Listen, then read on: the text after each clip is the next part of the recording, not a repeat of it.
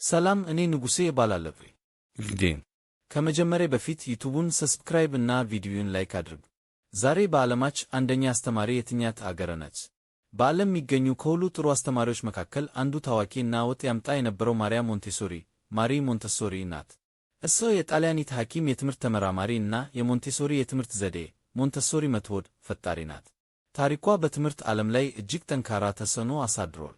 ማሪያ ሞንቴሶሪ ጣሊያን በተወለደች ሲሆን በሳይንስና በሕክምና ላይ ፍላጎት ነበራት። የጣሊያንና ዋና ዩኒቨርሲቲዎች አንጋ ከሆነችው በሮም ዩኒቨርሲቲ ጊዜር በሕክምና ዲግሪ ግታ የመጀመሪያ ሴት ዶክተር ሆነች። መነሻ ለትምህርት ዘዋ ጀምሮ በሮም ውስጥ ለሥራ አልባ ወጣቶች የተዘጋጀ የቤት ልጆች ጫሳ ደይ ባምቢኒ የሚባል ትምህርት ቤት ከፈተች።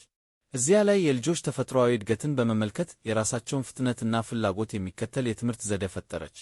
የሞንቴሶሪ ዘዴ ሞንተሶሪ ሜቶድ። ይህ ዘዴ ልጆች በነጻነት በራስ ቁጥጥርና በተግባራዊ ትምህርት ሃንድስ-ኦን ለርኒንግ እንዲያድጉ ይረዳቸዋል።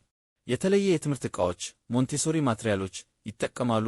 እነሱም ልጆችን በሂሳብ፣ ቋንቋ፣ ሳይንስ እና ሌሎች ዘርፎች እንዲማሩ ያግዛቸዋል። ዓለም አቀፍ ተጽዕኖ።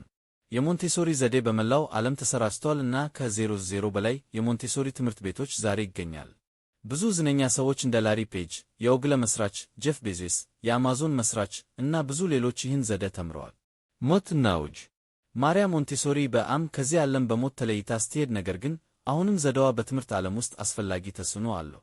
ለምን? ጥሩ አስተማሪ ናት። ልጆችን አክብራ ነበር። ልጆች ገለልተኛና በራሳቸው የሚማሩ እንደሆኑ አመነች። የተግባራዊ ትምህርት አቀራረብ በእጅ መስራት ሃንድስ-ኦን አክቲቪቲስ በኩል ያስተምራል። ዘዋሪ ተጽዕኖ። ዘዴዋ በትምህርት ማሻሻያ ላይ ትልቅ ተጽዕኖ አሳድሯል። ስለዚህ ማሪያ ሞንቴሶሪ በትምህርት ዓለም ውስጥ ከሁሉ የተወደዱት እና ተጽዕኖ ያላቸው አስተማሪዎች አንጋ ናት። እና ላሌ ጥሩ መረጃ ለማግኘት ሰብስክራይብ አድርጉኝ። አመሰግናለሁ። በሌላ ቪዲዮ እንገናኛለን።